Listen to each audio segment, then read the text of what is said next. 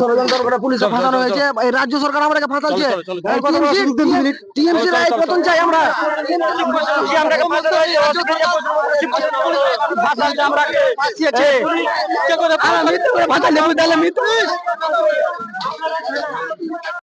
আমি আমার বাড়ি হয়েছে ঘনশ্যামপুর।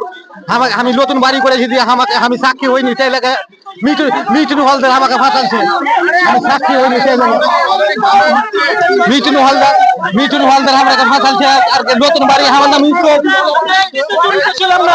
আমরা জানি না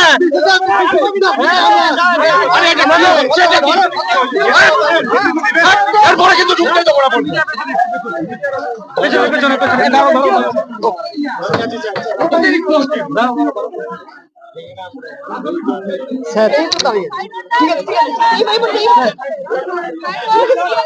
স্যার ঢুকবেন স্যার, প্লিজ। চলে গেছে।